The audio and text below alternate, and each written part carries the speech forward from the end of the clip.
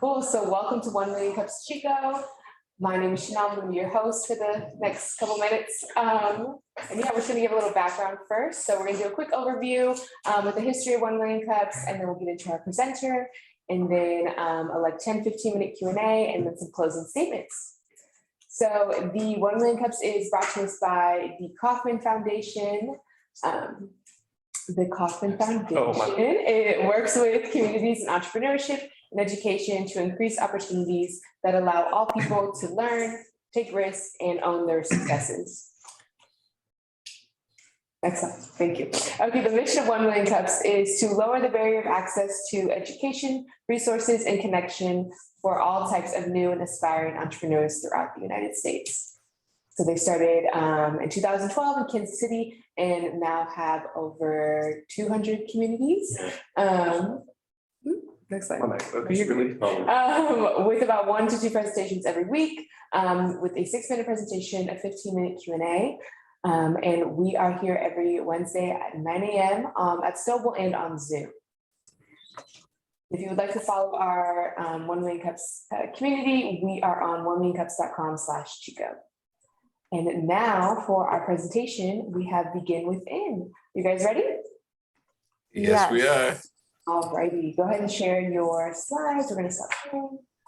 Okay, so Christina, you want me to share the slides? No, I have it. Oh, okay, great. I figured it out. Great. Hi, everyone. How are you? I'm sad we're not up there right now because we actually met in Chico. So it's fun to be there virtually. Okay, so my name is Christina Kantzavelos. I am the founder of the Within Me app. So this app was created because I needed it when I was really sick. I became couchbound in 2018 due to illness, and I needed a way to document my health, my physical symptoms, my emotional health, and my spiritual health. Unfortunately, I couldn't find a physical journal that encompassed all of that. I couldn't find an app that tracked all of those things. So I decided to create my own journal. And in using my own prompts, I discovered 2 things. One, that I was making progress that I wouldn't have noticed had I not had a journal to write in to answer these questions.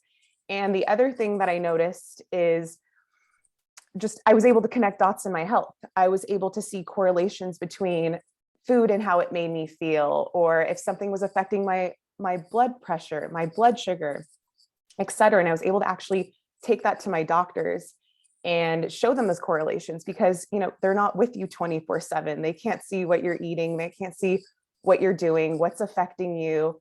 So, my health really made me feel powerless and hopeless at more than a few points, and journaling put the power back into my hands. So after a certain amount of time, I realized I needed to publish this so that others could have it available for themselves. So I started with the physical journal, and then I decided to create an app out of it. I apologize, Christina. Could you make the slides full screen for us, please? Oh, sure. Let me. Thank you very much. The slideshow button up there's a slideshow. There you go. Perfect. Sorry for that. No worries.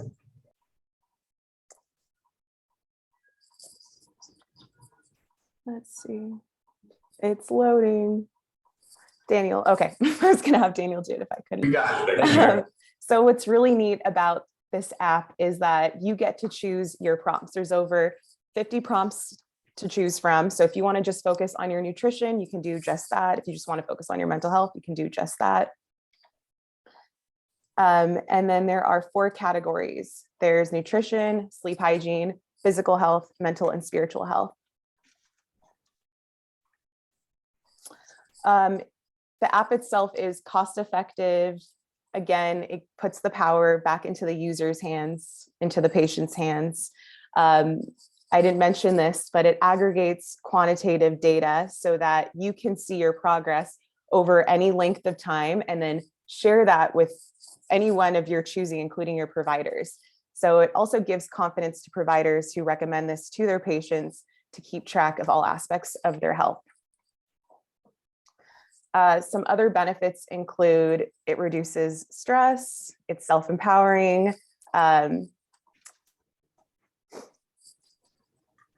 There's also the benefit of medical compliance because, users are able to document, what they're taking, when they're taking it, if they're implementing any other recommendations from their providers, and it's HIPAA compliant.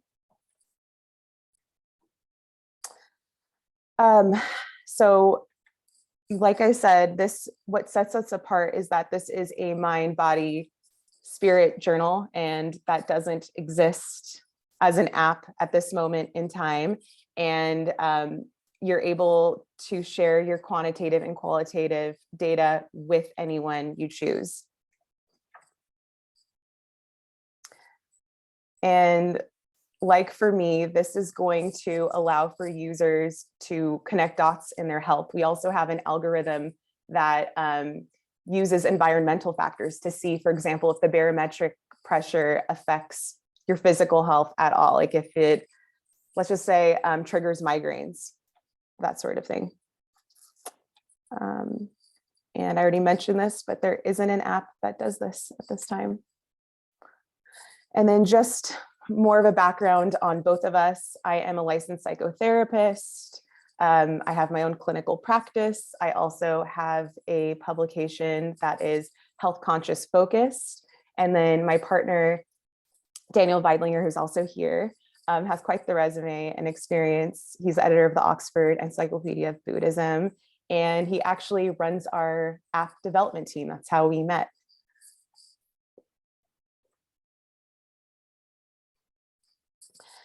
The plan is that we are going to charge $19.99 a year for subscriptions or $199 a month for subscriptions.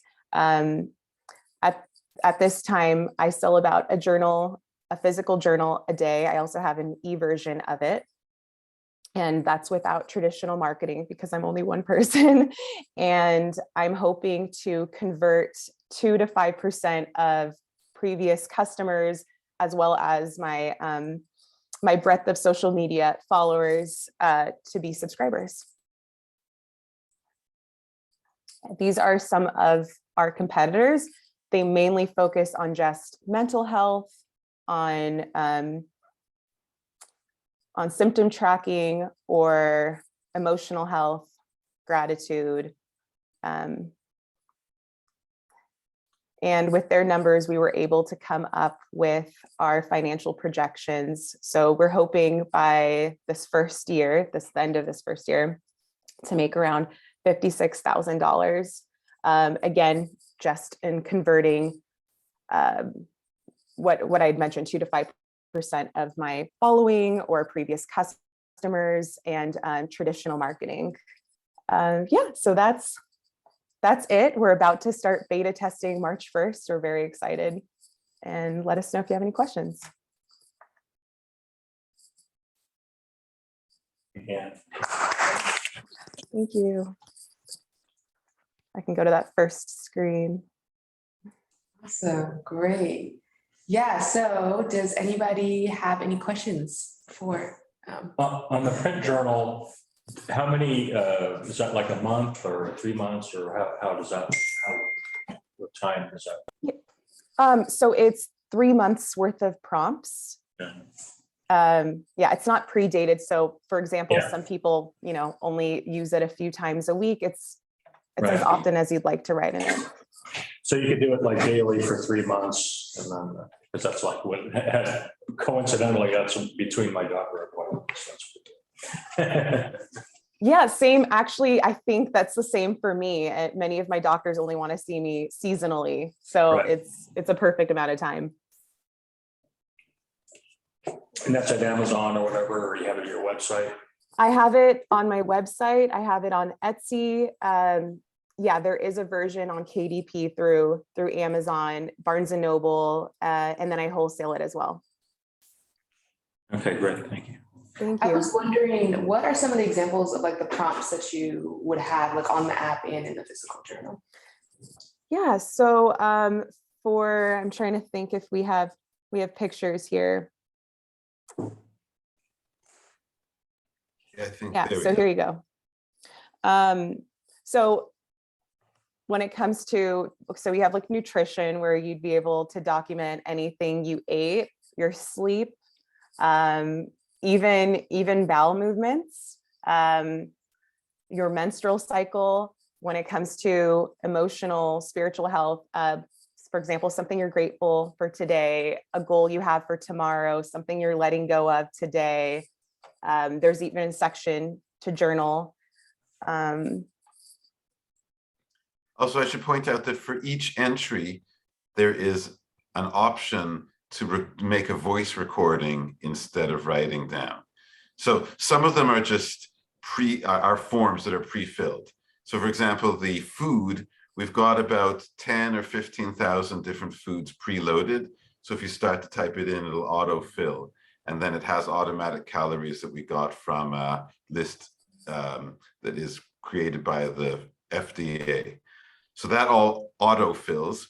And then some of them are just click buttons, but others are just write in your feelings about the day. And those give you the option for voice recordings as well. Okay, cool. I think we have a question in the chat. Heather said, you mentioned it, It is only you right now, but do you have a marketing plan or a plan to hire someone soon to help with marketing? Yeah, so I think as soon as we're done with beta testing and implementing any changes we see fit into the app, we're going to create a marketing plan from there, a launch date, and then we're hoping to hire a marketer or a PR person to help us with that. great. Is there any other questions? Yeah, I had a quick question. Are you selling this to doctors or more like people to bring to their doctor? So initially it's just going to be B2C. So we're just marketing this to consumers. And then eventually we will likely partner with practitioners. To bounce off of that, do you offer any other resources as well through Begin Within other than the journal that you could, leverage as well? So in terms of like mental health or Yes, in terms of mental health, like psychotherapy and things like that. Yeah, I mean, I do offer myself, right, in my clinical practice. So I offer psychotherapy, but within the app, we do plan to so if someone, let's just say, says they're having a really rough day, because that's an option, we'll have resources populated. Very cool. Yeah. Very cool. So you can use that data. Amazing. Right, but that's not in there just yet. No. This app was very complicated to make because there's a lot of different check-in themes, and we had to make sure they all got in there and they were all kept straight. And then of course we've got to correlate everything to see how how the time you went to bed affects your pain level. But each thing has to be correlated with each other thing to see what is affecting what. That's one of the nice things about the app, that it will connect these dots that you wouldn't probably notice if you looked at it with your naked eye. Yeah, I really like the name Begin Within. It really ties into, really starts within, connecting those dots. I really like that. Thank you so much. Let's see, how many users do you guys currently have, or are you currently testing still, or launching beta testing soon? Daniel, I think we're at 60 that we're going to be testing with. We've got 60 people who've agreed to do the testing, but we've got nobody's using it now. I mean, we're going to be releasing the beta in a week or two, right? So we just finished making the first version of the app. And is it open beta testing? Would people be able to be a part of that? Yeah, we'd love for any of you to beta test it if you'd like to email us. Fantastic. So that would be the way to go about it, is just to send you guys an email? Yeah, I'll put it just send an email, then we'll send you a link to a questionnaire that asks some questions about what your interests are, and then you can be hooked up to the beta test. We'd love to have beta tested. Yeah, we're doing a pre, mid, and post survey with with all of the beta testers, and then we may be doing one-on-one or group interviews. Very cool. Great. Heather had a follow-up thing. She said, just FYI, Shasta EDC and Reading Ventures is having a pitch event April 8th. Maybe a good practice to pitch your idea. Great idea. Thank you so much. I'm going to put that on my list right now. Okay. Yeah, thank you. I have a question. So who has access? I think you said it was HIPAA compliant, but who behind the scenes can see, if anybody, what we write or what we track? Daniel? Yeah, that's so, of course, all of the passwords are hashed using standard hashing technology, so it can't be read by a human being. But yes, there is a database on the back end that stores the information. So the database administrator can see that. It's a good question. I mean, everything could be hashed so that no human can read any of it. But as long as the ID of the person who entered it is hashed, and there's only one person, the database administrator, who has access to it, it should be okay. But if any of you guys have had experience with that kind of thing, I'd actually would like to know about more about how back-end data is secured normally. Yeah, Did you ask that question because you had experience with this issue?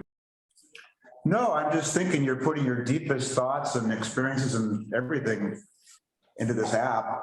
And I suppose you can share that if you wish with your provider, but I was just wondering who else would have access to that. Right. I mean, this is a question, like, I don't know if you guys, people think about this much, but any database has an administrator that's able to get in and see what's been entered into it. I mean, that's just the idea is that nobody else should have any access to it. And that's pretty secure. But I mean, there is a way of hashing everything. So even in the database itself, it's just a series of meaningless symbols, right? And then the computer uses an algorithm to retranslate it. But that is usually that would be a good selling point. Yeah. Pardon me? But that would be a good selling point, although they lose everything if they forgot their password or something, unless you had to recover it. Yeah, well, that's for sure. But I mean, that's an interesting point. I'll speak to some people about this issue, because the problem is to hash it, it does take, more computing power, because an algorithm has to be applied to every single cell, and there might be tens of millions of data points in the database. And if it's all hashed, it just slows things down a lot. But I'm going to ask a little bit more about people who are in industries that store sensitive information. Now ask remember, exactly. Every website you go to, a lot of it, I mean, they can't even get to it unless it's encrypted with SSL. Or That's for sure. I mean, that's all going to be SSL and stuff, but still at one point, there is a database sitting on a computer somewhere that stores, the number. Like if somebody said, today my pain level was 8, I mean, that number 8 is going to be in a cell in a database somewhere, right? That somebody can see. Right. Certainly credit card hashing is a good best practice. So to prevent all these hacking. Yes, right. I'll look into this more. I'm glad you reminded me. This may provide another layer of assurance that no one, is reading. Well, it's also a marketing, something you can advertise. Hey, it's your private thoughts or whatever. But have a backup method. Yeah, that's a very good point. And we definitely can advertise that we don't sell the information to anybody. I mean, that's for sure. Because obviously, as you say, people are putting a lot of private information in, and we do not want to sell it to anybody. That's for sure. Perfect. Cool. Alrighty, well, for a final question, I just wanted to ask something we like to ask all our presenters. What can we here at 1 Million Cups Chico do for you guys? Beta testing and seriously filling out the surveys would be a huge help. I mean, simply just getting your opinion on how it works over a couple of weeks would be really, really valuable. And just being honest and telling us what you liked, what you didn't like, because the better it is. I mean, this is all self-funded so far, right? So we really are squeezing ourselves as much as we can to get an MVP, right? A minimal viable product out there, and just see how it works. And that's the best way to get things up and running, I think. Yeah, we're I'll also, definitely check sorry. that out. Go ahead, sorry. Thank you. No, we are looking for a third investor who's in the health tech sphere. So if you know of anyone, please connect us. We'd love to. And look at the open grants AI, and especially use buzzwords like underserved community, all stuff like that, they're, We were talking earlier about a grant search engine that might be useful resource for you. Yeah, I've Oh, got that cool. list. Yeah, that's I didn't know about that. It's right, Christina, we've talked about grants, and the Yeah. problem is that lots of the grants seem to be for nonprofits, but apparently there are grants, especially if you're doing something that is in some way helpful to society, right? So this is really good for especially people with chronic illness, and they just can't figure out, is it something I'm eating? Is there some time I'm going to sleep that actually makes a difference in my energy level and health level? And the only way to really find out is self-tracking. So there is a benefit to society. I have diabetes, so it's nice, like, why is my A1C so bad this month as opposed to last time or whatever? Right. So, and I think the providers might want to jump on board too. I know, I think that a good channel would be speaking to providers and having them suggested to their patients. Yeah. Definitely. Send slides. Awesome, great, thank you so much. So we're just gonna do some closing statements. So we just want to thank our community sponsors, Morgan Stanley, Chico Star, GrowTech, Global Entrepreneurship Network, T-Bar, Build.com, Startup Grind, Explore Butte County, and of course, Stovall Coffee. And we will be here again next week on Zoom at 9 a.m. or here at Stovall with our new presenter that needs to be updated. Oh. But yeah, thank you guys so much. We